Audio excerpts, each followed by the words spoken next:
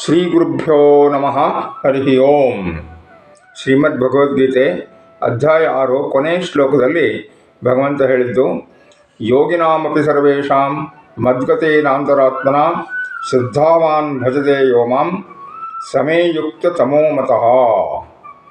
ಎಲ್ಲ ಯೋಗಿಗಳಲ್ಲಿ ಯಾವ ಶ್ರದ್ಧಾವಂತ ಯೋಗಿಯೋ ನನ್ನಲ್ಲಿ ಅಂತರಾತ್ಮನನ್ನು ಸ್ಥಾಪಿಸಿ ನನ್ನನ್ನು ಅಖಂಡವಾಗಿ ಭಜಿಸುತ್ತಾನೋ ಅಂತಹ ಯೋಗಿಯು ನನಗೆ ಪರಮಶ್ರೇಷ್ಠನೆಂದು ಮಾನ್ಯನಾಗಿದ್ದಾನೆ.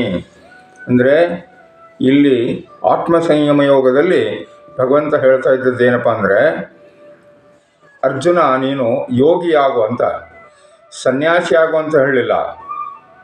ಅಂದರೆ ಯೋಗಕ್ಕೂ ಸನ್ಯಾಸಕ್ಕೂ ವ್ಯತ್ಯಾಸ ಏನಂದರೆ, ಸನ್ಯಾಸ ಅಂದರೆ ಪರಿವ್ರಾಜಕನಾಗಿ ಪ್ರಪಂಚದ ವ್ಯವಹಾರಗಳನ್ನು ನಿಲ್ಲಿಸಿಬಿಡೋದು.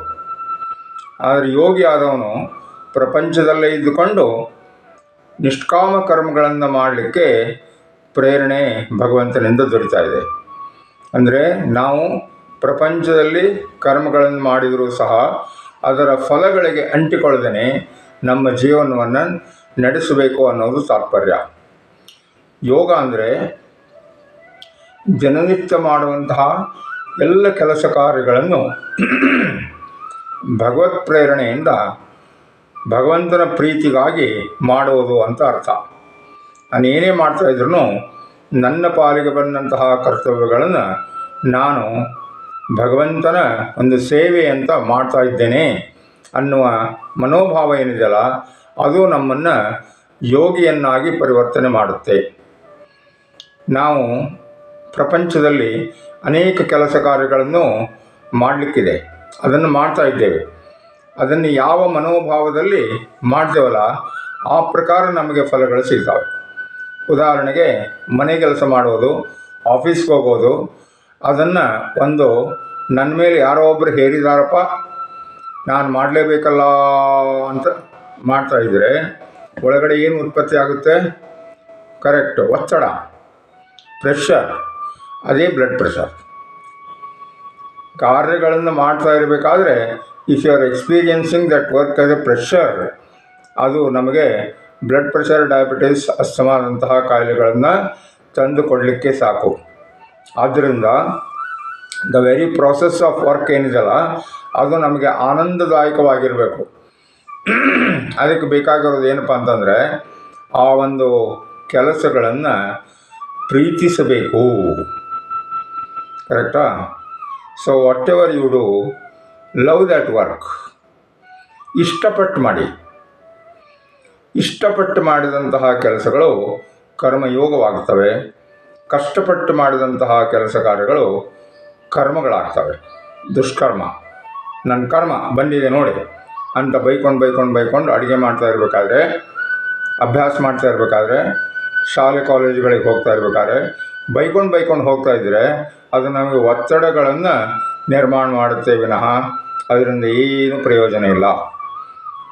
ಕರೆಕ್ಟಾ? ಸೊ ಆದ್ದರಿಂದ ಕಾರ್ಯಗಳನ್ನು ಮಾಡುವಂತಹ ವಿಧಾನ, ದ ಪ್ರೊಸೆಸ್ ಆಫ್ ವರ್ಕ್ ಏನಿದೆಯಲ್ಲ ಅದು ತುಂಬ ಮುಖ್ಯವಾದದ್ದು.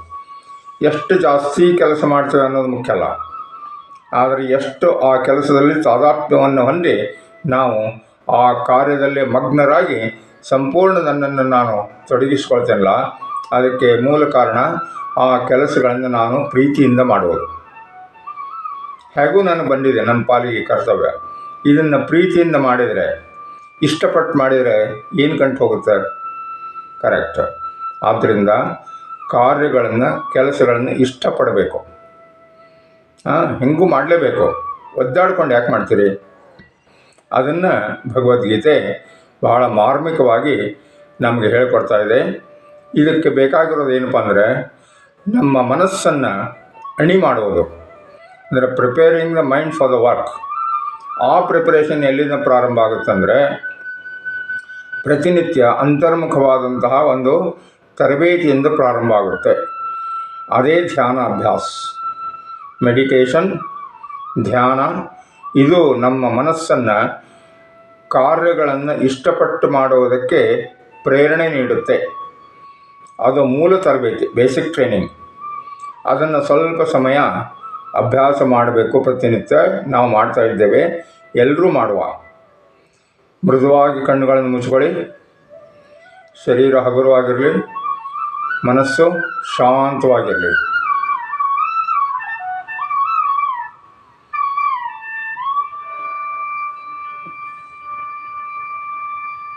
ಹೊರಗಡೆ ಕೇಳುವ ಯಾವ ಶಬ್ದಗಳಿಗೂ ಪ್ರತಿಕ್ರಿಯೆ ಇಲ್ಲ, no reaction.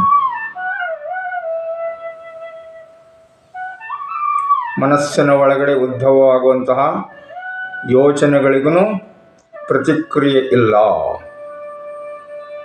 No reaction from within and also from outside.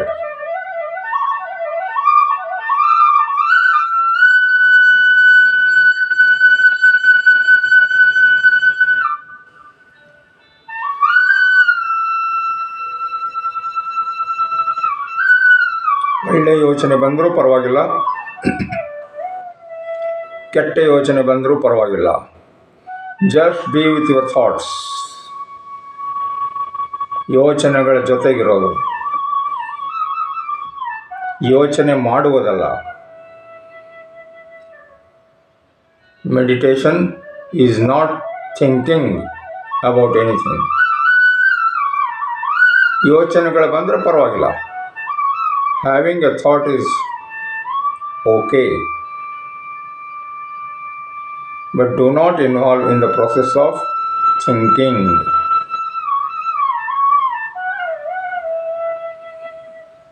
ಈ ಸ್ಥಿತಿಯಲ್ಲಿ ಮನಸ್ಸು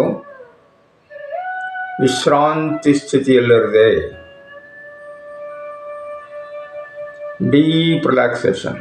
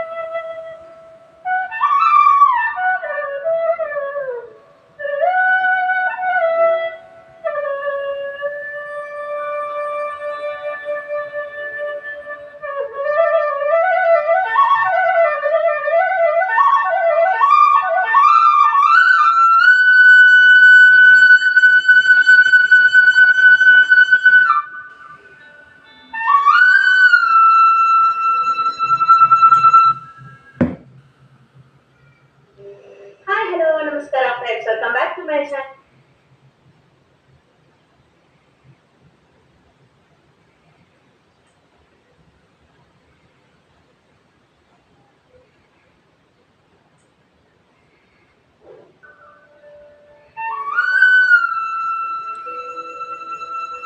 ಧ್ಯಾನವನ್ನು ಸ್ವಲ್ಪ ಹೊತ್ತು ಮುಂದುವರಿಸಬೇಕು. Continue your meditation.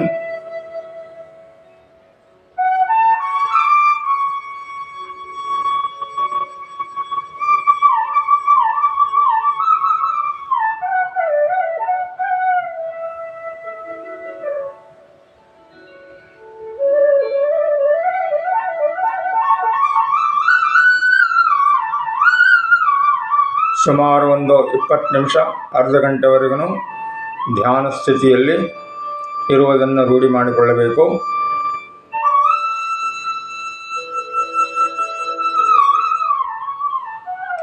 ನಿತ್ಯ ಧ್ಯಾನ ಅಭ್ಯಾಸ ಮನಃಶಾಂತಿ ಮತ್ತು ಆರೋಗ್ಯಕ್ಕೆ ಕಾರಣವಾಗಿದೆ.